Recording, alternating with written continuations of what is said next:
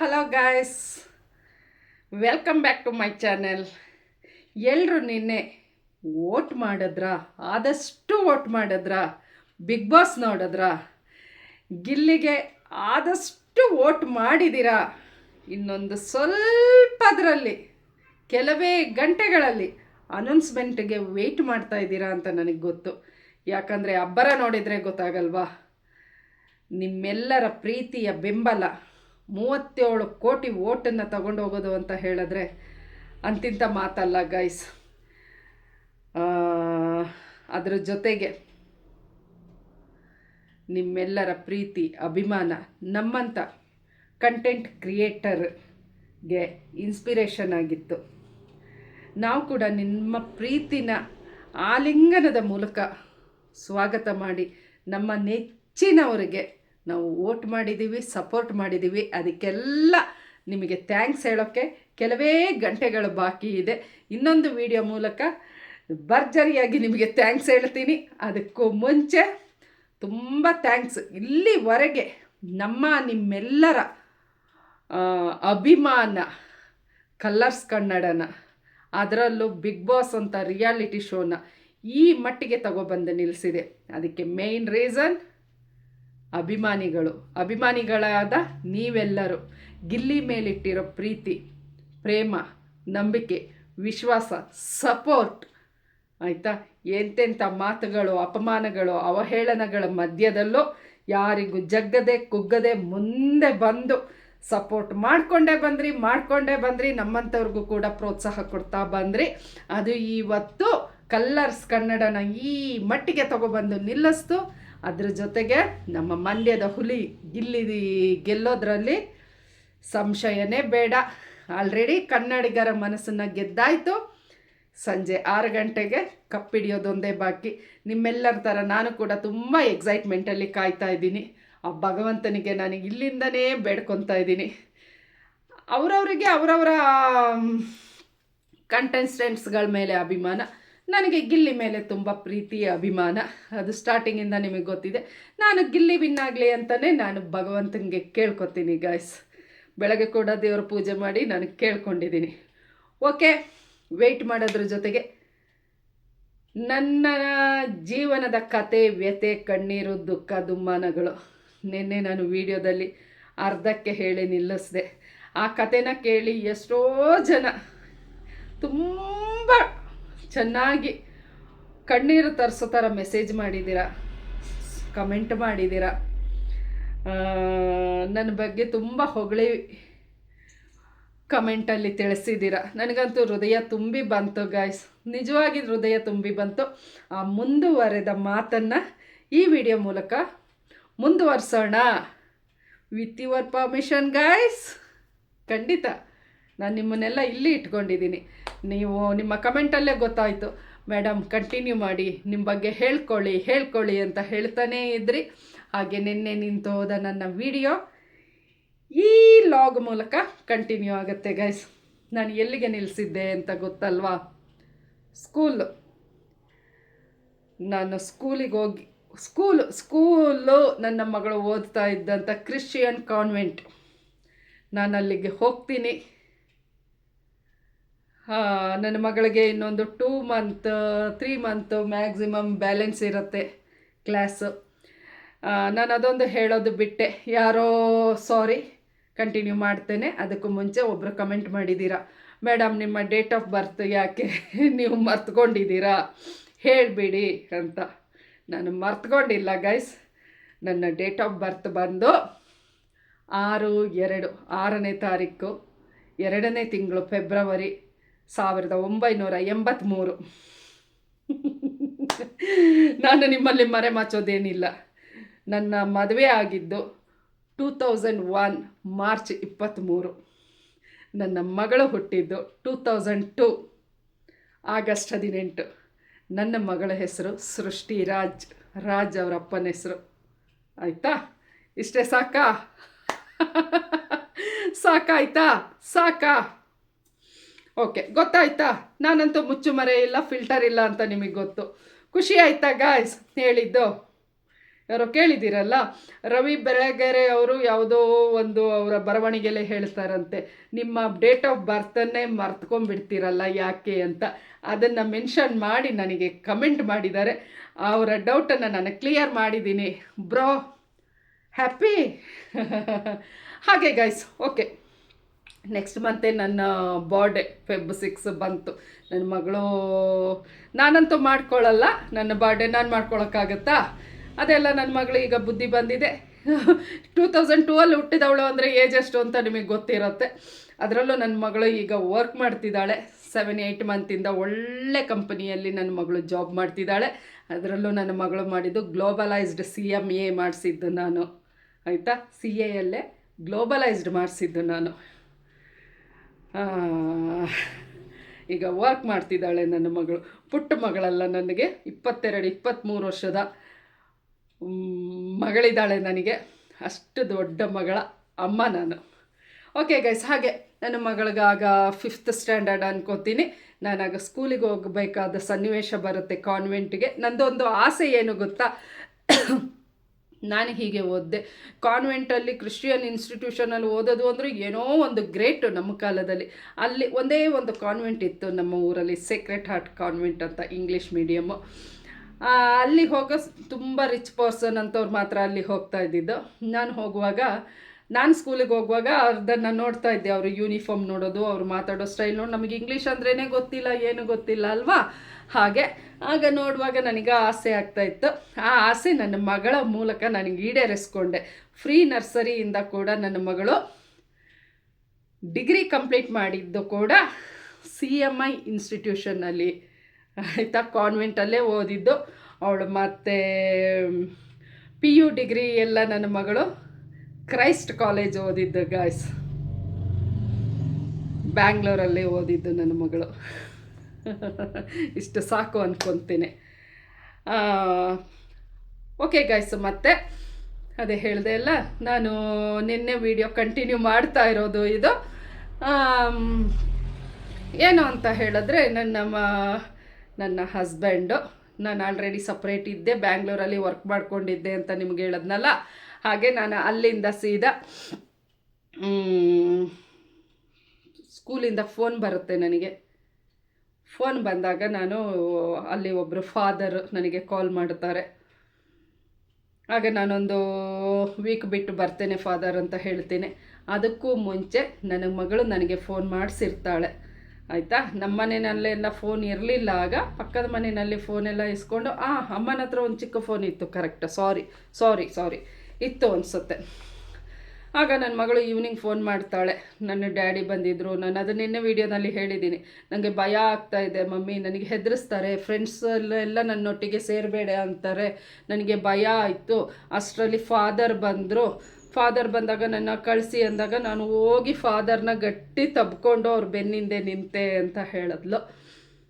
ಆಮೇಲೆ ಮತ್ತೆ ನಾನು ನಮ್ಮಮ್ಮನಿಗೆ ಫೋನ್ ಮಾಡ್ತೀನಿ, ನಮ್ಮಮ್ಮನ ಹತ್ರ ಬೆಗ್ ಮಾಡ್ತೇನೆ, ಬೇಡ್ಕೊತೇನೆ.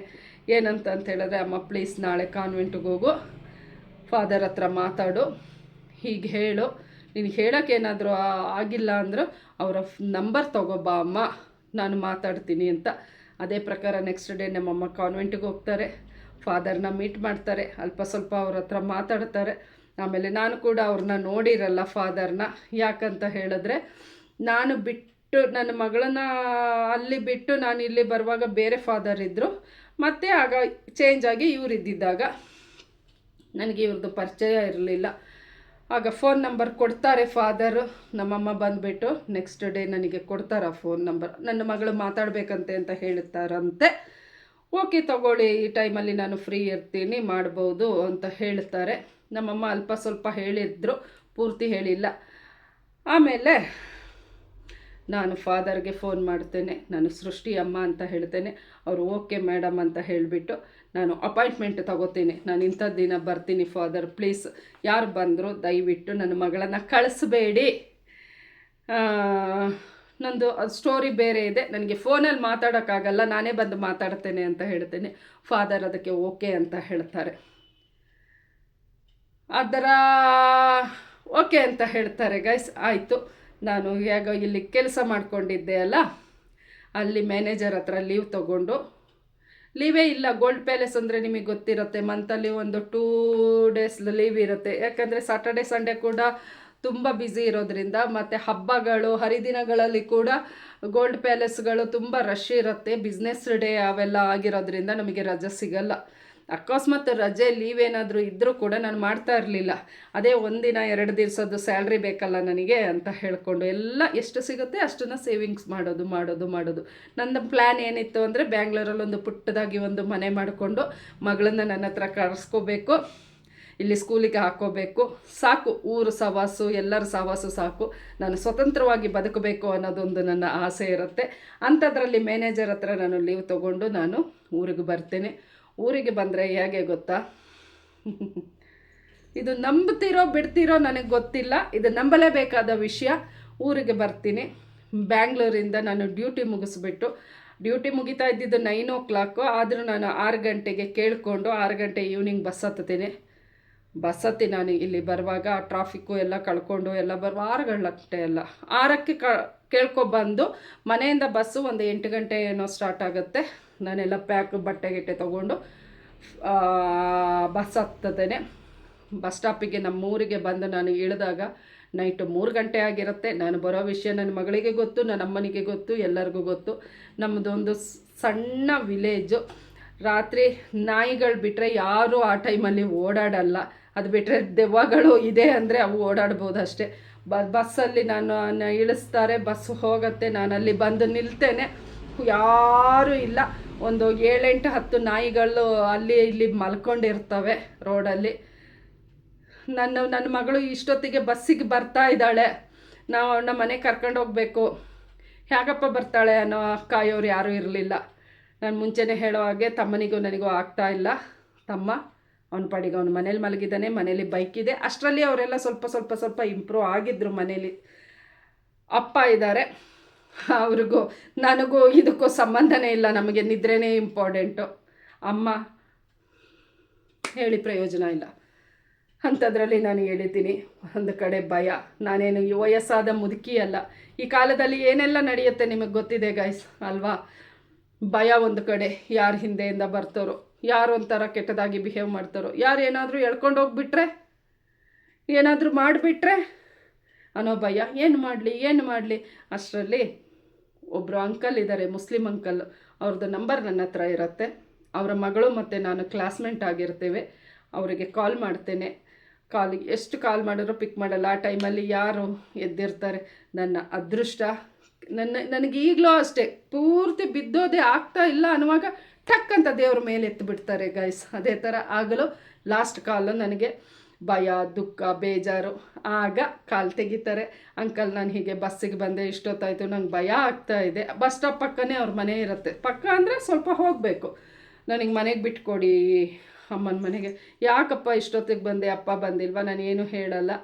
ಅವರು ಬಂದು ಆಟೋಲಿ ಬಿಟ್ಕೊಡ್ತಾರೆ. ನನ್ನ ಮನೆಗೆ ಹೋಗ್ತೀನಿ. ಮನೆಗೆ ಹೋದರೆ ಏನು ಗೊತ್ತಾ, ನಾನು ಮನೆ ಒಳಗೆ ಮಲಗೋಗಿಲ್ಲ, ಆಯಿತಾ? ಮನೆ ಒಳಗೆ ಮಲಗೋಂಗಿಲ್ಲ. ಆಗ ಎದ್ದು ಬರ್ತಾನೆ ಅವನಿಗೆ. ನನಗೆ ಏನು ದ್ವೇಷನೋ ಏನೋ ಗೊತ್ತಿಲ್ಲ ಗೈಸ್. ನನ್ನ ಮುಖ ಕಂಡ್ರೆ ಅವನಿಗಾಗಲ್ಲ. ನಾನು ಕೆಟ್ಟ ಕೆಲಸ ಮಾಡಿಲ್ಲ, ಯಾರನ್ನು ಲವ್ ಮಾಡಿಲ್ಲ, ಯಾರೊಟ್ಟಿಗೆ ಓಡೋಗಿಲ್ಲ, ಅವರು ತಲೆ ತಗ್ಸೋವಂಥ ಕೆಲಸ ನಾನೇನು ಮಾಡಲಿಲ್ಲ.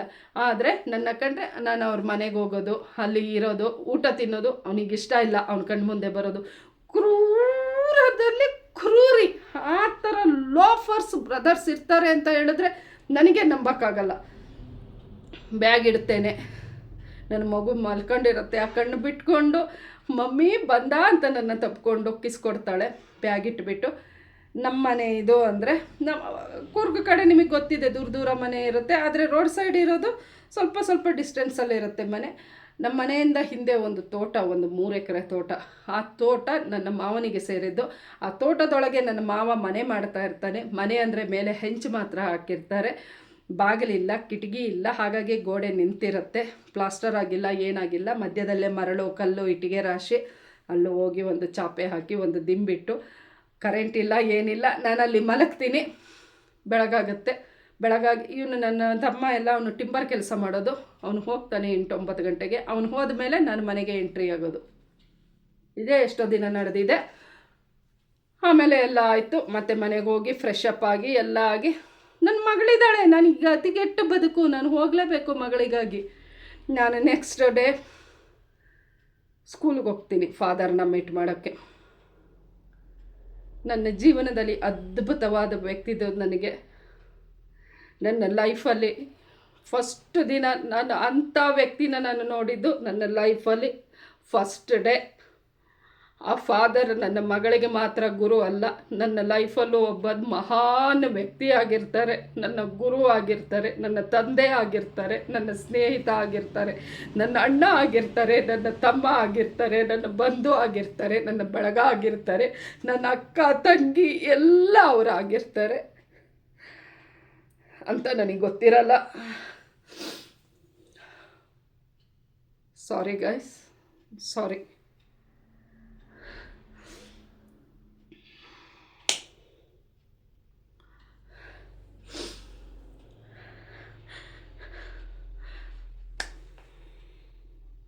ಸಾರಿ ಗೈಸ್, ಇದು ನನ್ನ ಸಿಂಪತಿಗಾಗಿ ಆಗಲಿ, ನನ್ನ ವಿಡಿಯೋ ಚೆನ್ನಾಗಿ ಓಡಲಿ ಅಂತ ಆಗಲಿ ನಾನು ಮಾಡಿರೋ ವಿಡಿಯೋ ಅಲ್ಲ. ನೀವೆಲ್ಲ ನನಗಿಷ್ಟು ಪ್ರೀತಿ ತೋರಿಸ್ತಾ ಇರುವಾಗ ನಾನು ನನ್ನ ಕಥೆನ ನಿಮ್ಮ ಮುಂದೆ ನಾನು ಹೇಳ್ಕೋಬೇಕು ಅಂತ ಬಂದಿದ್ದೀನಿ. ನಾನು ಹೇಳ್ತಾ ಇದ್ದೀನಿ. ಸಾರಿ, ಒಂದು ಸೆಕೆಂಡ್. ಓಕೆ ಗೈಸ್, ಹಾಗೆ ನಾನು ಸ್ಕೂಲಿಗೆ ಹೋಗ್ತೀನಿ. ಸ್ಕೂಲಿಗೆ ಹೋಗಿದಾಗ ಯಾರ್ದೋ ಜೊತೆ ಅವರು ಫಾದರು ಮೀಟಿಂಗಲ್ಲಿರ್ತಾರೆ, ವೆಯ್ಟ್ ಮಾಡಿ ಅಂತ ಹೇಳ್ತಾರೆ. ಅವರ ಅಸಿಸ್ಟೆಂಟ್ ಜೊತೆ, ಅಲ್ಲಿ ಪಿ ಎ ಇರ್ತಾರಲ್ಲ ಅವ್ರ ಜೊತೆ ಹೇಳ್ತಾರೆ. ನಾನು ವೆಯ್ಟ್ ಮಾಡ್ತೀನಿ ಒಂದು 10 ಮಿನಿಟ್, ಕಾಲು ಗಂಟೆ. ಆಗ ಸೀದಾ ಒಳಗೆ ಹೋಗ್ತೀನಿ. ಆಫೀಸ್ ಒಳಗೆ ಹೋದಾಗ ನನ್ನ ಕಣ್ಣು ಮುಂದೆ, ನಾನು ಮುಂಚೆ ನಿಮಗೆ ಓವರ್ ಅನ್ನಿಸ್ಬೋದು, ಇದು ಸತ್ಯ, ನಾನು ಸಿನಿಮಾಸ್ಟಿಕ್ಕಾಗಿ ನಾನು ಮಾತಾಡ್ತಾ ಇಲ್ಲ, ನಾನು ಮಾತಾಡೋ ಸ್ಟೈಲ್ ಹೀಗೆ ಇದೆ ಅಂತ ನಿಮಗೆ ಗೊತ್ತಿದೆ. ಹಾಗೆ ಒಬ್ಬ ಅದ್ಭುತವಾದ ದೇವಮಾನವ ನನ್ನ ಪಾಲಿಗೆ. ಆ ದೇವ್ರದ್ದು ದರ್ಶನ ನನಗಾಗತ್ತೆ. ನನಗೆ ಫಾದರ್ ಮುಂದೆ ಎಲ್ಲ ಕೂತು ನಿಂತು ಮಾತಾಡಿ ನನಗೇನು ಗೊತ್ತಿಲ್ಲ. ಭಯ, ಭಕ್ತಿ, ನಾಚಿಕೆ, ಹಿಂಸೆ, ಒಂಥರ ನನ್ನ ಬಗ್ಗೆ ನನಗೆ ಏನು ಹೇಳಲಿ ಅಂತ ಗೊತ್ತಾಗಲ್ಲ. ಮಗು ಸ್ಕೂಲಲ್ಲಿ ಇರ್ತಾಳೆ, ಅವಳನ್ನ ಕರೆಸಲ್ಲ. ಆಮೇಲೆ ಹೇಳಿ ಮೇಡಮ್ ಬನ್ನಿ ಕೂತ್ಕೊಳ್ಳಿ ಹೇಳ್ತಾರೆ. ಹೋಗಿ ಕೂತ್ಕೊತೀನಿ. ಏನು ಈ ಥರ ಪಾಪ ಅವರು ಓಪನ್ ಆಗಿ ಬಾಯ್ಬಿಟ್ಟು ಹೇಳಲ್ಲ, ಏನು ಹೇಳಲ್ಲ ಅವರು. ಆಗ ನಾನು ಹೇಳ್ತೀನಿ ಎಲ್ಲ ವಿಷಯನೂ, ಹೀಗೆ ನಂದು ಹೀಗಾಯಿತು, ಈ ಥರ ನಾನು ಹೊರಗಿದ್ದೀನಿ, ನಾನು ಸದ್ಯಕ್ಕೆ ಗಂಡನ ಜೊತೆ ಇರೋಕ್ಕೆ ನಾನು ಇಷ್ಟಪಡ್ತಾ ಇಲ್ಲ, ನನ್ನ ಮಗಳು ಫ್ಯೂಚರ್ ನನಗೆ ಇಂಪಾರ್ಟೆಂಟ್, ನಾನು ಹೊರಗಿರೋದ್ರಿಂದ ಈ ಥರ ನಮ್ಮ ಗಂಡ ಹೆಂಡತಿ ಮಧ್ಯೆ ಸರಿಗಿಲ್ಲ, ಹಾಗಾಗಿ ಇನ್ನೊಂದು 2-3 ಮಂತ್ ಇದೆ ಸ್ಕೂಲು, ಆಮೇಲೆ ನಾನು ಕರ್ಕೊಂಡು ಹೋಗ್ತೀನಿ ನನ್ನ ಮಗನ ಹೊರಗೆ. ಅಲ್ಲಿವರೆಗೆ ನನ್ನ ಜೀವನಕ್ಕೆ ಇನ್ನು ಕರ್ಕೊಂಡು ಹೋಗ್ತಾನೆ ನನ್ನ ಗಂಡ. ಮಗುನ ಕರ್ಕೊಂಡು ಹೋದರೆ ಮಗುನಿಟ್ಕೊಂಡು ನನ್ನ ಬ್ಲ್ಯಾಕ್ ಮೇಲ್ ಮಾಡ್ತಾನೆ. ನೀನು ಬಾ ಅಂತಾನೆ, ಬಂದಿಲ್ಲ ಅಂದರೆ ಮಗುನ ಕೊಡಲ್ಲ ಅಂತಾನೆ, ಏನಾದರೂ ಒಂದು ಮಾಡ್ತಾನೆ. ಅದಕ್ಕೆ ನಾನು ಅವಳನ್ನ ಪ್ರೊಟೆಕ್ಟ್ ಮಾಡಬೇಕಿತ್ತು. ನನ್ನ ಬದುಕಲ್ಲಿ ಅವಳನ್ನ ಬಿಟ್ಟರೆ ಬೇರೆ ಗತಿ ಇರಲ್ಲ. ಹಾಗಾಗಿ ಫಾದರ್ಗೆ ಎಲ್ಲ ಹೇಳ್ತೀನಿ. ಈಗ ಹೇಗೆ ನನಗೆ ಕಣ್ಣೀರು ಬಂತು ಹಾಗೆ ಬರುತ್ತೆ. ಆಗ ಫಾದರ್ ಒಂದೇ ಒಂದು ಮಾತು ಹೇಳ್ತಾರೆ, ಏನು ಯೋಚನೆ ಮಾಡಬೇಡಿ, ಇವತ್ತಿಂದ ಆ ಮಗು ನಮ್ಮ ಇದರಲ್ಲಿ ಓದ್ತಾ ಇರೋದ್ರಿಂದ ಅದು ನಮ್ಮ ಮಗು, ನಮ್ಮನೆ ಮಗು ಆಗಿರುತ್ತೆ. ನನ್ನ ಕೈಯಲ್ಲಿ ಎಷ್ಟು ಸಾಧ್ಯ ಅಷ್ಟು ಮಾಡಿ ನಾನು ಕೊಡ್ತೀನಿ, ನೀವು ನಿಶ್ಚಿಂತೆಯಿಂದ ಕೆಲಸ ಮಾಡಿ ಸವಿತಾ ಮೇಡಮ್ ಅಂತ ಹೇಳ್ತಾರೆ. ಅಲ್ಲೇ ಕೂತ್ಕೊಂಡು ಅವ್ರಿಗೆ ಕೈ ಮುಗಿತೀನಿ. ನನ್ನ ಜೀವನದಲ್ಲಿ ಒಬ್ಬ ಅದ್ಭುತವಾದ ವ್ಯಕ್ತಿ, ಒಬ್ಬ ಗುರು. ನಾನು ಮುಂಚೆನೇ ಹೇಳೋ ಹಾಗೆ ನನ್ನ ಮಗಳಿಗೆ ಮಾತ್ರ ಅವರು ಗುರು ಆಗಿರಲ್ಲ, ಫ್ಯೂಚರಲ್ಲಿ ನನಗೂ ಕೂಡ ಈಗ ಕೂಡ ಅವರು ಅದ್ಭುತವಾದ ಒಬ್ಬರು ಗುರು. ಆ ಗುರುಗೆ ನಾನು ಕೊಡೋ ಬೆಲೆ ಕೊಡ್ತೀನಿ, ಮರ್ಯಾದೆ ಕೊಡ್ತೀನಿ, ಆರಾಧಿಸ್ತೀನಿ. ಇಲ್ಲಿಂದನೇ ಕೈ ಮುಗಿತೇನೆ, ಅಷ್ಟು ಹೇಳಿ ಬರ್ತೇನೆ.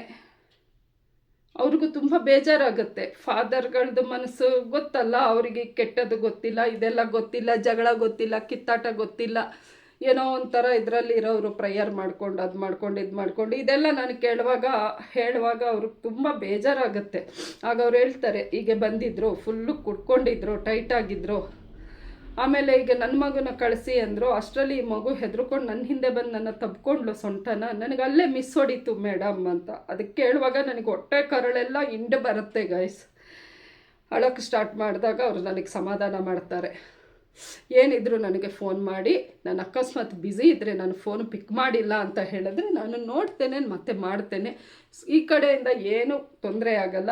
ನಿಮಗಿನ್ನೂ ನಿಮ್ಮ ಮನೆಯಲ್ಲಿ ಬಿಡೋಕ್ಕೂ ಅವಳಿಗೆ ಹಿಂಸೆ ಆದರೆ ನಮ್ಮದೇ ಬೋರ್ಡಿಂಗ್ ಇದೆ, ಸಿಸ್ಟರ್ಸ್ ಇರ್ತಾರೆ, ನೀವು ಅವಳನ್ನ ಬಿಡಿ, ನಿಶ್ಚಿಂತೆಯಿಂದ ಇರಿ ಅಂತ ಹೇಳ್ತಾರೆ. ಹಾಗಂತ ಅಷ್ಟು ಭರವಸೆ ಕೊಟ್ಟ ಮೇಲೆ ನನಗೆ ತುಂಬ ಧೈರ್ಯ ಬರುತ್ತೆ.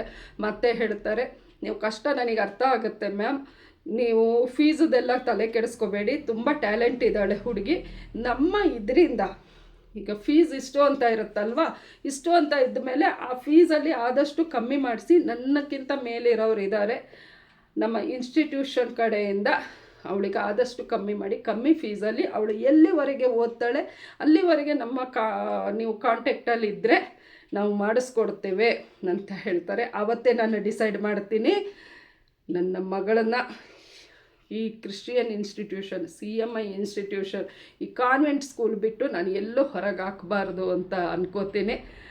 ನಾನು ಅಂದ್ಕೊಂಡ ಪುಣ್ಯನೋ ಏನೋ, ನನ್ನ ಮಗಳು ಡಿಗ್ರಿ ಕಂಪ್ಲೀಟ್ ಮಾಡೋವರೆಗೂ ಕ್ರೈಸ್ಟು ಈ ಥರ ಇದರಲ್ಲೇ ಓದಿದ್ದು. CMI ಬಿಟ್ಟು ನನ್ನ ಮಗಳು CMI ಪ್ರಾಡಕ್ಟ್ ಅಂತ ಹೇಳ್ಕೊಳ್ಳೋಕ್ಕೆ ನಾನು ಹೆಮ್ಮೆ ಪಡ್ತೀನಿ. ನೀವು ಮತ್ತೆ ಅದು ಅನ್ಕೋಬೇಡಿ, ಏನು ಕನ್ನಡ ಮೀಡಿಯಮಲ್ಲಿ ಇದು ಮಾಡಲ್ವಾ, ಅದು ಇದು, ಇದರಲ್ಲಿ ಧರ್ಮ ಭೇದ ಆಗಲಿ ಜಾತಿ ಭೇದ ಆಗಲಿ ಬೇರೆದೇನಿಲ್ಲ. ನನಗೆ ಬೇಕಾದ ಸಪೋರ್ಟನ್ನು ಕೊಟ್ಟಿದೆ ಆ ಸಂಸ್ಥೆ. ನನ್ನ ಮಗಳಿಗೆ ಒಳ್ಳೆ ವಿದ್ಯೆ ಕೊಟ್ಟಿದೆ, ಬುದ್ಧಿ ಕೊಟ್ಟಿದೆ, ಸಂಸ್ಕಾರ ಕೊಟ್ಟಿದೆ. ಅದನ್ನು ನಾನು ಉಸಿರಿರೋವರೆಗೂ ನಾನಾಗಲಿ ನನ್ನ ಮಗಳಾಗಲಿ ಮರೆಯೋಕ್ಕೆ ಸಾಧ್ಯನೇ ಇಲ್ಲ. ಅದು ಕೊನೆ ಉಸಿರಿರೋವರೆಗೂ ಇರುತ್ತೆ.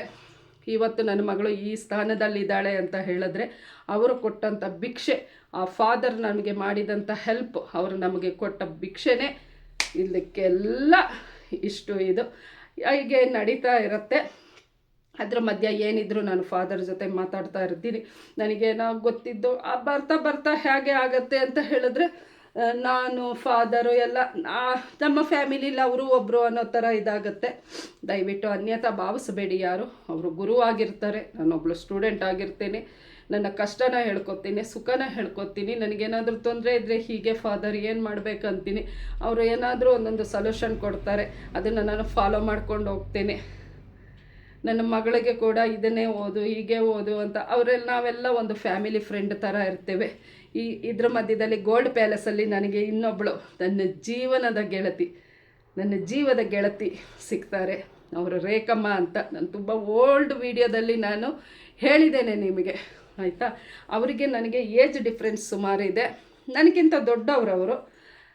ಆದರೆ ನಮ್ಮ ಸ್ನೇಹದಲ್ಲಿ ನಮಗೆ ಏಜ್ ಆಗಲಿ ಬೇರೆ ಯಾವುದು ಬರಲಿಲ್ಲ. ನನ್ನ ಅವ್ರದ್ದು ಸುಮಾರು ಒಂದು 10-15 ವರ್ಷದ ಫ್ರೆಂಡ್ಶಿಪ್ಪು ಈಗಲೂ ಹಾಗೇ ಇದೆ. ನಾವು ಇಬ್ಬರು ಕೊಟ್ಟು ತಗೊಳ್ಳೋದು ಯಾವುದೂ ಇಲ್ಲ. ನನಗೆ ಅವ್ರು ಕೊಡಬೇಕಾಗಿಲ್ಲ, ಅವ್ರಿಗೆ ನಾನು ಕೊಡಬೇಕಾಗಿಲ್ಲ. ಅವರು ಬೆಂಗಳೂರಲ್ಲಿದ್ದರು, ಈಗಲೂ 2 ಮಂತಿಗೆ ಸಲ ಇಲ್ಲಿಗೆ ಬರ್ತಾರೆ. ಡೈಲಿ ಫೋನಲ್ಲಿ ಮಾತಾಡ್ತೀವಿ. ನಾನು ವಿಡಿಯೋ ಮಾಡೋದಕ್ಕೆಲ್ಲ ಅವರು ತುಂಬ ಹಾಗೆ ಮಾಡು, ಹೀಗೆ ಮಾಡು, ಹಾಗೆ ಮಾತಾಡು ಎಲ್ಲ ಹೇಳ್ತಾರೆ. ಈಗ ಫಾದರ್ ಒಬ್ಬರು ಇದ್ದರು ನನ್ನ ಜೀವನದಲ್ಲಿ. ನನ್ನ ಮಗಳು ನನ್ನ ಆತ್ಮ, ನನ್ನ ಜೀವ. ಅದು ಬಿಟ್ಟರೆ ನನ್ನ ಜೀವನದಲ್ಲಿ ಹೊಸ ವ್ಯಕ್ತಿಗಳು ನನಗೆ ದರ್ಶನ ಆಗಿದ್ದು, ಒಬ್ಬರು ಸ್ಕೂಲ್ ಫಾದರು, ಒಬ್ಬರು ರೇಖಮ್ಮ. ನನಗೆ ರೇಖಮ್ಮ ಕೂಡ ನನಗೆ ಅಮ್ಮನ ಥರ. ಈಗಲೂ ನಾವು ಫ್ರೆಂಡ್ ಆದರೂ ನಾವು ಅಮ್ಮ, ಅಕ್ಕ, ತಂಗಿ ಎಲ್ಲ ಥರ ಇದ್ದೀವಿ. ತುಂಬ ಖುಷಿಯಾಗಿದ್ದೀವಿ. ನಾನು ಅವ್ರಿಗೆ ದೇವರಲ್ಲಿ ಕೇಳ್ಕೊಳ್ಳೋದಷ್ಟೇ, ನಮ್ಮ ರೇಖಮ್ಮ ಯಾವಾಗಲೂ ಚೆನ್ನಾಗಿರಲಿ, ಖುಷಿಯಾಗಿರಲಿ, ಅವ್ರ ಜೀವನದಲ್ಲಿ ನೆಮ್ಮದಿ ಸಂತೋಷ ಸಿಗಲಿ ಅಂತ. ಅವರಿಗಿಬ್ಬರು ಗಂಡು ಮಕ್ಕಳೆಲ್ಲ ಮದುವೆಗೆ ಬಂದಿದ್ದಾರೆ, ಹುಡುಗಿ ಹುಡುಕ್ತಿದ್ದಾರೆ. ಇದು ಗೈಸ್, ಈ ನಡುವೆ ಹೀಗೆ ಇದ್ದಾಗ ಸ್ಕೂಲನ್ನು ಮುಗಿತಾ ಬಂತು. ಇನ್ನೇನು ಮುಗೀತು ಅನ್ನುವಾಗ ನಾನು ಮನೆ ಮಾಡಬೇಕಾಗತ್ತೆ. ಮನೆ ಮಾಡಬೇಕು ಅಂದ್ಕೊಂಡಿರ್ತೇನೆ. ಅಷ್ಟರಲ್ಲಿ ಸ್ವಲ್ಪ ಕೆಲಸ ಮಾಡಿ ಸೇವಿಂಗ್ಸ್ ಎಲ್ಲ ಮಾಡಿರ್ತೇನೆ. ಅದ್ರ ಜೊತೆಗೆ ಸ್ವಲ್ಪ ಕುತ್ತಿಗೆಯಲ್ಲಿ ಒಂದು ಸಣ್ಣ ಚೈನು ಅದು ಇದು ಇರುತ್ತೆ. ಇದರ ಮಧ್ಯದಲ್ಲಿ ನಾನು ನನ್ನ ಗಂಡನ ಮನೆ ಕಡೆ ಗಮನನ ನಾನು ಬಿಟ್ಟಿರಲ್ಲ, ನಾನು ಪರ್ಮನೆಂಟಾಗಿ ಬಿಟ್ಟಿರಲ್ಲ. ಆ ಕಡೆಗೆ ಅಲ್ಲಿಂದ ನಾನು ಏನು ವಿಷಯಗಳನ್ನ ಕಲೆಕ್ಟ್ ಮಾಡ್ಕೋಬೇಕು, ಏನೆಲ್ಲ ತಿಳ್ಕೊಬೇಕು, ಆಸ್ತಿ ಬಗ್ಗೆ ಏನೆಲ್ಲ ತಿಳ್ಕೊಬೇಕು, ಅಲ್ಲಿ ಏನು ಆಗ್ತಾ ಇದೆ ಅನ್ನೋದೆಲ್ಲ ನಾನು ತಿಳ್ಕೊತಾ ಇದ್ದೆ, ಯಾರಿಗಾದರೂ ಕೇಳಿಕೊಂಡು ಮಾಡಿಕೊಂಡು. ಅದ್ರ ಜೊತೆಗೆ ನನ್ನ ಗಂಡನ ಅಣ್ಣ ಇದ್ದಾರೆ ಇಬ್ಬರು, ಅವರಿಬ್ಬರಿಗೂ ನಾನು ಫೋನ್ ಮಾಡ್ಕೋತಾ ಇದ್ದೆ. ಅವರೇ ಎಲ್ಲ ಸೇರಿ ನನ್ನ ಮದುವೆ ಮಾಡಿದ್ದು. ತಮ್ಮನ ಹಣೆ ಬರ ಅಣ್ಣಂದಿರಿಗೆ ಗೊತ್ತಿತ್ತು. ನಾನು ಹೇಳ್ತಾ ಇದ್ದೆ, ಬಾವ ದಯವಿಟ್ಟು ನನ್ನ ಬೇರೆ ಥರ ಅನ್ಕೋಬೇಡಿ, ನನಗೆ ಗತಿ ಇಲ್ಲ, ನಾನು ಹಾಗಾಗಿ ಹೊರಗಡೆ ಕೆಲಸ ಮಾಡ್ಕೊತಾ ಇದ್ದೀನಿ. ನನ್ನ ಮಗಳನ್ನ ಸಾಕಲೇಬೇಕು ಅಂತ ಹೇಳುವಾಗ ನನ್ನ ಗಂಡನ ಅಣ್ಣಂದರು ನನಗೆ ಸಪೋರ್ಟ್ ಮಾಡಿದ್ರು. ಸಪೋರ್ಟ್ ಅಂದರೆ ಇಲ್ಲೇನಾದರೂ ಬೇರೆಯವ್ರು ಯಾರು ಎಂಟ್ರಿ ಆಗದಾಗೆ ಏನಿದ್ರು ನನಗೆ ಹೇಳ್ತಾಯಿದ್ರು. ಮತ್ತು ನನ್ನ ಮನೆಯಲ್ಲೂ ಕೂಡ ಎಲ್ಲ ಬರ್ತಾ ಬರ್ತಾ ಬರ್ತಾ ಏನಾಯಿತು ಅಂದರೆ ನನ್ನ ಗಂಡ ಏನೂ ಗತಿ ಇಲ್ಲ, ಏನೂ ಇಲ್ಲದಾಗ ಯಾವಾಗಾಯಿತು ಅವನಿಗೆ ಬರೀ ಕುಡಿಯೋದೊಂದು ಅಭ್ಯಾಸ ಇಲ್ಲ, ಕಾರ್ಡ್ಸ್ ಇಸ್ಪೀಟ್ ಆಡೋದು ಎಲ್ಲ ಇತ್ತು. ಮನೇಲಿರೋ ಒಂದೊಂದೇ ಐಟಮ್ಗಳನ್ನ ಮಾರ್ಕೊಂಡು ತಿನ್ಕೊಳ್ಳೋಕ್ಕೆ ಶುರು ಮಾಡ್ದೆ ನನ್ನ ಗಂಡ. ಒಂದು ಕಾಟ್ ಇರ್ಬೋದು, ಫ್ರಿಜ್ ಇರ್ಬೋದು, ವಾಷಿಂಗ್ ಮಿಷಿನ್ ಇರ್ಬೋದು, ಸೋಫಾ ಸೆಟ್ ಇರ್ಬೋದು, ಪ್ರತಿಯೊಂದು ಮಾಡಿದ್ದೆ ನಾನು ಈ ಮನೆಗೆ ಕೂಡ. ಮಾರ್ಕೊಳ್ಳೋಕ್ಕೆ ಶುರು ಆಯಿತು. ಇನ್ನು ಆಸ್ತಿ ಒಂದು ಮಾರೋದೊಂದು ಬಾಕಿ ಇತ್ತು. ಅಷ್ಟರಲ್ಲಿ ನಾನು ನನ್ನ ಭಾವದಂಗೆಲ್ಲ ಫೋನ್ ಮಾಡಿ ಹೇಳಿಕೊಂಡು ನಾನೊಂದು ದಿನ ನನ್ನ ಮಗಳು ಕರ್ಕೊಂಡು ಬರ್ತೀನಿ. ಬಂದಾಗ ಫೋನ್ ಮಾಡೋಕ್ಕೆಲ್ಲ ಟ್ರೈ ಮಾಡೋನು. ನಾನು ಏನು ಅಂದರೆ ನಾನು ಈ ಆಸ್ತಿನ ಉಳಿಸ್ಕೋಬೇಕು, ಹಾಳಾಗೋಗ್ಬಿಟ್ರೆ ಹೋಯ್ತಾ, ನಂದೇನೋ ಜೀವನ ಹೋಯ್ತು. ನನ್ನ ಮಗಳಿಗೆ ಅಪ್ಪಂದು ಏನೆಲ್ಲ ಸಿಗಬೇಕು ನಾನು ಕೊಡಿಸ್ಲೇಬೇಕು, ಅವಳ ಹಕ್ಕು ಅದು, ಜನ್ಮಸಿದ್ಧ ಹಕ್ಕು. ನಾನು ಹೆಂಡತಿಯಾಗಿ ನಾನೆಲ್ಲ ಕಳ್ಕೊಂಡೆ, ಆದರೆ ನನ್ನ ಮಗಳಾಗಿ ಏನು ಕಳ್ಕೋಬಾರ್ದು ಅನ್ನೋದು ನನ್ನ ಉದ್ದೇಶ ಇತ್ತು. ನಾನಷ್ಟು ಸಣ್ಣ ಏಜ್ ಅವಳಾದ್ರೂ ಕೂಡ ಒಂದು ದಿನ ಬಂದಾಗ ನನ್ನ ಗಂಡ 2-3 ದಿನ ನನ್ನ ಜೊತೆ ಚೆನ್ನಾಗಿರ್ತಾರೆ. ಮನೆ ಒಳಗೆ ಬಂದರೆ ಏನಂದರೆ ಏನೂ ಇರಲ್ಲ. ಇಷ್ಟು ದೊಡ್ಡ ಮನೆ, ಇಷ್ಟು ಊರಲ್ಲಿ ಇಷ್ಟು ಶ್ರೀಮಂತರ ಮಗ ನನ್ನ ಗಂಡ. ನನ್ನ ಮಾವ ಅಷ್ಟು ದೊಡ್ಡ ಶ್ರೀಮಂತರು. ಆದರೆ ನಾನು ಮದುವೆ ಆಗಾಗ ನನ್ನ ಅತ್ತೆ ಮಾವ ಇರಲ್ಲ. ಆದರೂ ಬೇಜನ್ ನನ್ನ ಅತ್ತೆ ಮಾವ ಮಾಡಿಟ್ಟಿದ್ರು. 4 ಜನ ಗಂಡು ಮಕ್ಕಳು, 5 ಜನ ಗಂಡು ಮಕ್ಳಿಗೂ ಒಬ್ಬರಿಗೂ ಕೊರತೆ ಇಲ್ಲದಾಗೆ ಆಸ್ತಿ ಪಾಲು ಮಾಡಿ ಕೊಟ್ಟಿದ್ರು, ಮನೆ ಕಟ್ಟಿಕೊಟ್ಟಿದ್ರು. ಈಗಿರೋ ಇದೇ ಮನೆ ನನ್ನ ಗಂಡನ ಮನೆ, ಆಯಿತಾ. ಹಾಗೆ ಬರ್ತೀನಿ, ಒಂದು 3 ಡೇಸ್ ಇರ್ತೀನಿ. 3 ಡೇಸ್ ಇದ್ದಾಗ ನಾನು ಆದಷ್ಟು ನನಗೆ ಎಷ್ಟು ಸಾಧ್ಯ ಜಗಳ ಆಡ್ತೀವಿ, ಹೊಡಿತಾನೆ ನನಗೆ, ಮತ್ತೆ ಕೆಟ್ಟ ಮಾತು ಮಾತಾಡ್ತಾನೆ. ಮತ್ತೆ ನಾನು ಸಮಾಧಾನ ಆಗ್ತೀನಿ. ಯಾಕೆ ಸಮಾಧಾನ ಆಗ್ತೀನಿ? ನನ್ನ ಮಗಳಿಗೆ ನನ್ನ ಅಪ್ಪಂದು, ಅವಳ ಮಗಳು ಅನ್ನೋ ಹಕ್ಕನ್ನು ನಾನು ಈ ಮನೇಲಿ ಚಲಾಯಿಸಬೇಕು, ಅವಳಿಗೆ ಕೊಡಿಸ್ಬೇಕು ನಾನು, ಅಷ್ಟೇ.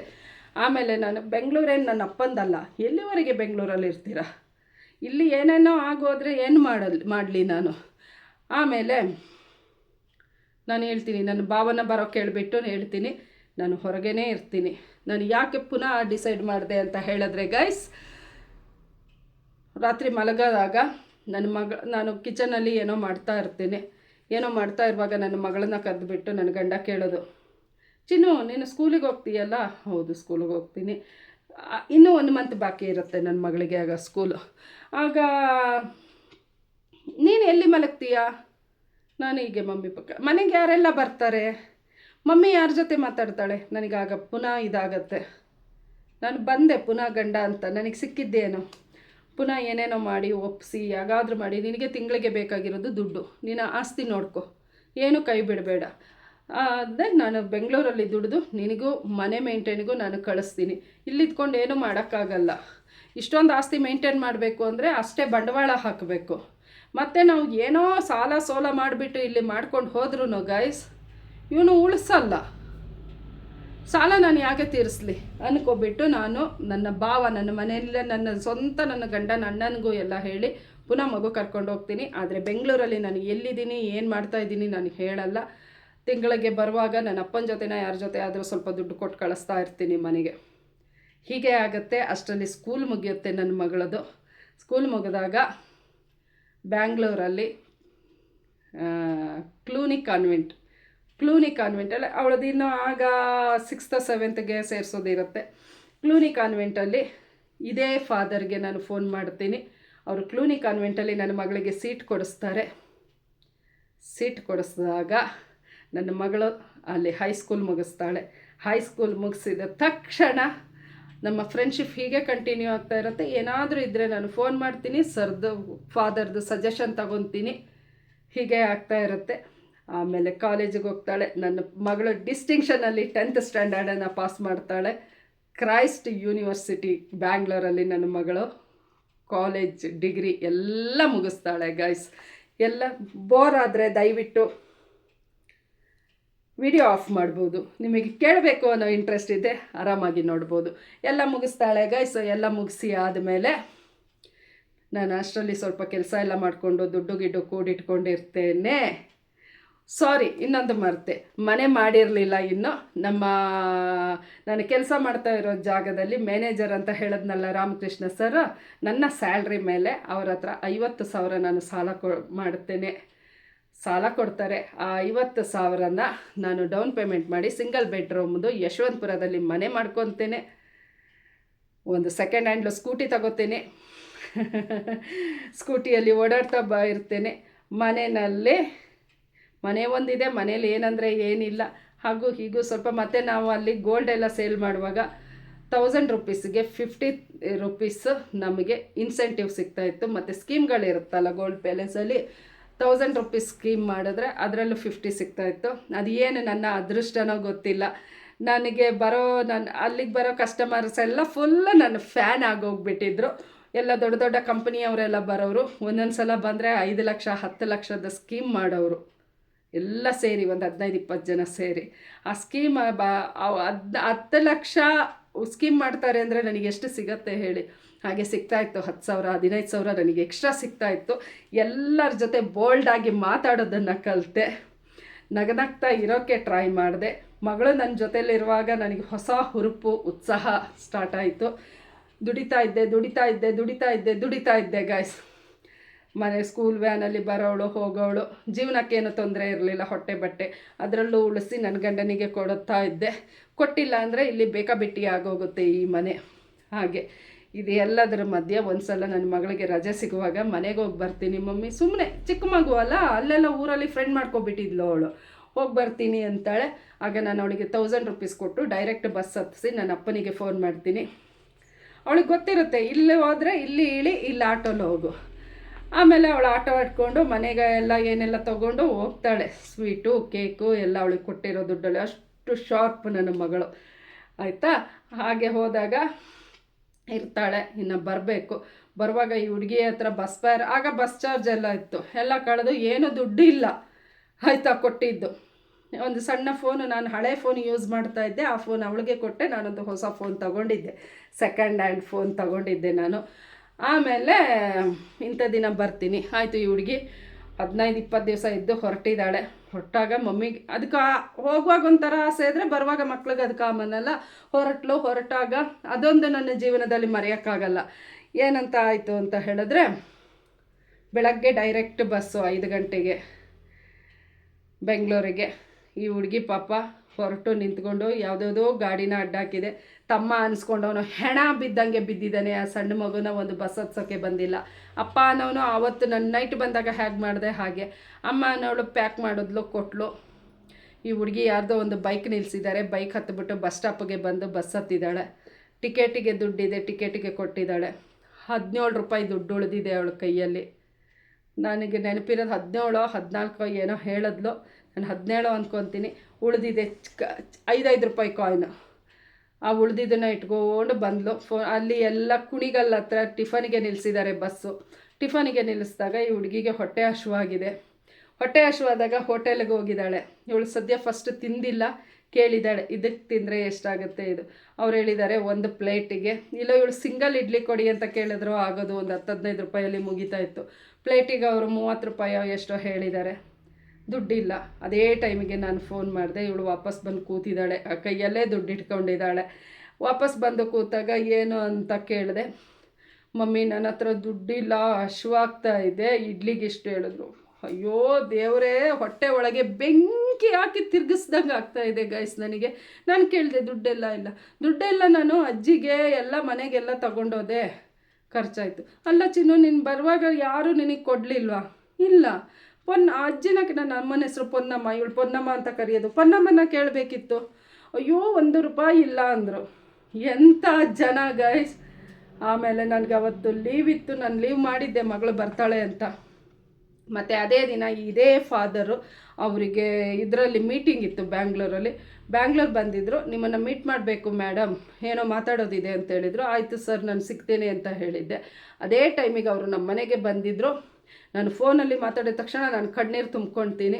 ಕೇಳ್ತಾರೆ, ಏನು ಮೇಡಮ್ ಏನಾಯಿತು ಅಂತ ಕೇಳಿದಾಗ ನಾನು ಹೇಳಿಬಿಟ್ಟೆ ಹೀಗೆ ಅಂತ ಹೇಳಿದಾಗ, ಇನ್ನೇನು ಅವಳು ಬರೋಕ್ಕೆ ಒಂದು 2 ಅವರ್ ಇತ್ತು. ಮನೇಲಿ ಬಿಸಿ ಬಿಸಿ ಅನ್ನ ಎಲ್ಲ ಮಾಡಿದೆ ನಾನು. ಅದಕ್ಕೂ ಮುಂಚೆ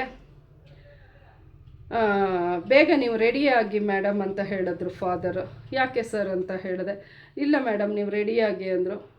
ಇನ್ನು ಅವರು ಎಷ್ಟಾದರೂ ದೊಡ್ಡವರು, ಅವ್ರ ಮಾತಿಗೆ ಬೆಲೆ ಕೊಡಬೇಕು. ನಾನು ರೆಡಿ ಆದೆ. ಮಗಳು ಬಂದ ತಕ್ಷಣ ಇವ್ರನ್ನ ನೋಡಿ ವಿಶ್ ಮಾಡಿದ್ಲು, ಖುಷಿ ಆಯಿತು. ಆಮೇಲೆ ರೆಡಿಯಾಗು ಅಂದರು. ರೆಡಿಯಾಗಿ ಕ್ಯಾಬ್ ಮಾಡಿಕೊಂಡು ಸೀದಾ ನಮ್ಮನ್ನು ಮಲ್ಲೇಶ್ವರಮು ಒಂದು ದೊಡ್ಡ ಹೋಟೆಲ್ ಅಲ್ಲಿಗೆ ಕರ್ಕೊಂಡೋದ್ರು. ಮ್ಯಾಕ್ಡೊನಾಲ್ಡ್ ಕರ್ಕೊಂಡೋದ್ರು. ನನ್ನ ಮಗಳು ಏನೆಲ್ಲ ತಿಂತಾಳೆ ಅಷ್ಟು ಕೊಡಿಸಿದ್ರು ಗಾಯ್ಸ್, ಅಷ್ಟು ಕೊಡಿಸಿದ್ರು. ಅವಳು ಇಲ್ಲಿಗೆ ಬರುವಾಗೆ ತಿನ್ನಿಸಿದ್ರು. ಆಗ ಒಂದೇ ಒಂದು ಮಾತು ಹೇಳಿದ್ರು, ಇನ್ನು ಯಾವತ್ತೂ ನಿಮ್ಮ ಮನೆಗೆ ನೀನು ಹೋಗಬೇಡ ಕಂದ, ಆಯಿತಾ? ಹೀರಾ ಗೋ ಇನ್ಸೈಡ್, ಹೋಗಬೇಡ, ಏನು ಬೇಕಾದರೂ ನನ್ನ ಕೇಳು, ಮಮ್ಮಿಗೂ ಹಿಂಸೆ ಕೊಡಬೇಡ. ನನ್ನ ಹೃದಯ ತುಂಬಿ ಬಂತು. ಅಷ್ಟು ತಿಂದ್ಲು, ಅಷ್ಟು ಆವತ್ತಿಂದ ಇವತ್ತವರೆಗೂ ನನ್ನ ಮಗಳಿಗೆ ಊಟಕ್ಕಾಗಲಿ ಬಟ್ಟೆಗಾಗಲಿ ಯಾವುದಕ್ಕೂ ಕೊರತೆ ಇಲ್ಲದಂಗೆ ನಾನು ಸಾಕಿದೆ. ಅವ್ರಿಗೆ ತುಂಬ ಥ್ಯಾಂಕ್ಸ್ ಹೇಳಿದೆ. ನೀವೇನು ಮುಚ್ಚಿಟ್ಕೋಬೇಡಿ, ನನ್ನ ಜೊತೆ ಹೇಳ್ಕೊಳ್ಳಿ, ನಾನೊಬ್ಬ ನಿಮ್ಮ ಫ್ಯಾಮಿಲಿಯಲ್ಲಿ ನಾನೊಬ್ಬ ಫ್ರೆಂಡು ಅಂತ ಹೇಳಿದ್ರು. ಹಾಗೆ ಇದು ಕತೆ. ಇದು ಎಲ್ಲದರ ಮಧ್ಯ ಗೈಸ್ ಹೀಗೆ ನಾನು ಬೆಳೀತಾ ಹೋದೆ. ಈಗೇನು ನಾನು ತುಂಬ ಇದು ಅಂತಿಲ್ಲ, ನಾನು ಇರೋದ್ರಲ್ಲಿ ವೆಲ್ ಸೆಟಲ್ಡ್ ಇದ್ದೇನೆ. ಮಗಳದು ಕಾಲೇಜಿಗೆ ಸೇರಿಸ್ದೆ. ಊರಿಗೆ ಕೂಡ ಹೋಗ್ತಾ ಇದ್ದೆ, ಇಲ್ಲಿಗೆ ತುಂಬ ನಾನು ಇರ್ತಾ ಇರಲಿಲ್ಲ, ದೂರದಲ್ಲಿ ಅಬ್ಸರ್ವ್ ಮಾಡ್ತಾ ಇದ್ದೆ, ಗೊತ್ತು ಮಾಡ್ಕೊತಾ ಇದ್ದೆ, ಯಾವಾಗಾದರೂ ಹೋಗೋದು ಮಾಡೋದು ಮಾಡ್ತಾ ಇದ್ದೆ. ಅದರ ಮಧ್ಯದಲ್ಲಿ ನನ್ನ ಹಸ್ಬೆಂಡಿಗೆ ಹೆಲ್ತ್ ಅಪ್ಸೆಟ್ ಆದ ಟೈಮಲ್ಲಿ ನಾನು ಬಂದೆ, ಹಾಸ್ಪಿಟಲ್ ತೋರಿಸ್ದೆ, ಎಲ್ಲ ಮಾಡಿದೆ. ಅದ್ರ ಮಧ್ಯೆ ತುಂಬ ನಡೆದು ಹೋಗಿದೆ. ಆದರೆ ನಿಮಗೆ ತುಂಬ ಹಿಂಸೆ ಆಗುತ್ತೆ ಅದೆಲ್ಲ ಕೇಳುವಾಗ. ಅದು ವಿಡಿಯೋನೂ ಲೆಂತಿ ಆಗುತ್ತೆ. ಎಲ್ಲನೂ ನಾನು ಮಾಡಿ ಪುನಃ ಹಾಗೆ ಹೀಗೆ ಆದರೂ ಪುನಃ ಬೆಂಗಳೂರು ಹೋದೆ. ಮಗಳು ಓದ್ತಾ ಇದ್ಲಲ್ವ, ಮತ್ತೆ ಇದೇ ಮಾಡುವಾಗ 1 ವರ್ಷ ಕಳೀತು. ನಾನು ಅಲ್ಲಿವರೆಗೆ ನಾನು ಕೆಲಸ ಮಾಡಲೇಬೇಕಿತ್ತು. ಹಾಗೆಲ್ಲ ಆಗುವಾಗ ಒಂದಿನ ತುಂಬ ಹುಷಾರಿಲ್ಲ, ಬನ್ನಿ ಅಂತ ಹೇಳಿದ್ರು. ನಾನು ಬಂದಾಗ ನನ್ನ ಹಸ್ಬೆಂಡ್ ಡ್ರಿಂಕ್ಸ್ ಮಾಡಿ ಹೊಟ್ಟೆ ಒಳಗೆಲ್ಲ ಹೋಗಿತ್ತು. ಅವ್ರು ಎಷ್ಟು ಹೇಳಿದ್ರು ಕೇಳ್ತಾ ಇರಲಿಲ್ಲ. ಹೋಗಿತ್ತು. ಹಾಸ್ಪಿಟ್ಲಿಗೆ ಸೇರಿಸಿದ್ವಿ, ಅಡ್ಮಿಟ್ ಮಾಡಿದ್ವಿ, ಎಲ್ಲ ಆಯಿತು. ಮತ್ತೆ ಬಿಟ್ಟೆ. ಮತ್ತು ನಾನು ಮನೆಯೆಲ್ಲ ಇದು ಮಾಡಿಕೊಂಡು ಬರಬೇಕಿತ್ತು. ಬರುವಾಗ ಅಷ್ಟರಲ್ಲಿ ಇವರು ಟ್ರೀಟ್ಮೆಂಟ್ ಕೊಡಿಸಿದ್ದೀನಿ, ಎಲ್ಲ ಮಾಡಿದ್ದೀನಿ, ಚೆನ್ನಾಗಿದ್ದಾರೆ. ಚೆನ್ನಾಗಿದ್ದವರು ಏನು ಮಾಡಿದ್ರು ಅಂತ ಹೇಳಿದ್ರೆ, ನಾನು ಹೋಗಿ ನನ್ನಲ್ಲಿ ಕೆಲವೊಂದು ಫಾರ್ಮಾಲಿಟೀಸ್ ಎಲ್ಲ ನಾನು ಮುಗಿಸ್ಬೇಕಿತ್ತು. ಇಲ್ಲಿ ನೋಡಿ ನಮ್ಮ ಹೀರಾ ಕರೆಯೋದಿಲ್ಲಿ ಬಾ ಅಂತ ಎಲ್ಲ ಮುಗಿಸ್ಬೇಕಿತ್ತು ನಾನು. ಹಾಗೆ ಇರುವಾಗ ಇವ್ರು ಏನು ಮಾಡಿದ್ದಾರೆ ಅಂದರೆ ಮೆಡಿಸನ್ ಎಲ್ಲ ತಗೊಂಡಿದ್ದಾರೆ. 2 ಪೀಸ್ ಬ್ರೆಡ್ ತಿಂದಿದ್ದಾರೆ ಅಷ್ಟೇ. ಅದು ಒಂದು 2 ಪೀಸಲ್ಲೂ ಬ್ಯಾಲೆನ್ಸ್ ಇದೆ, ತಿಂದಿದ್ದಾರೆ. ಫುಲ್ಲು ಡ್ರಿಂಕ್ಸ್ ಆಗಿದೆ, ಏಜು ಆಗಿತ್ತು. ಅದ್ರ ಜೊತೆಗೇನು ಇವ್ರಿಗೆ ಹೊಟ್ಟೆ ಒಳಗೆಲ್ಲ ಹೋಗಿಬಿಟ್ಟಿತ್ತು ಡ್ರಿಂಕ್ಸ್ ಮಾಡಿ. ಎಲ್ಲ ಲಿವರೆಲ್ಲ ಡ್ಯಾಮೇಜ್ ಆಗಿತ್ತು. ಡಾಕ್ಟ್ರು ಹೇಳಿದರು ಡ್ರಿಂಕ್ಸ್ ಮಾಡಬಾರ್ದು ಅಂತ, ಆದರೂ ಕೇಳಿಲ್ಲ. ಟ್ಯಾಬ್ಲೆಟ್ ಎಲ್ಲ ತಿಂದು ಇಂಜೆಕ್ಷನ್ ಎಲ್ಲ ಹಾಕಿಸ್ಕೊಂಡು ಎಲ್ಲ ಆಗಿ ಡ್ರಿಂಕ್ಸ್ ಮಾಡಿದ್ದಾರೆ. ಹೊರಗೆ ಹೋಗಿ ಒಂದು ಚೇರ್ ಇಟ್ಟಿದ್ವಿ ಹೊರಗೆ.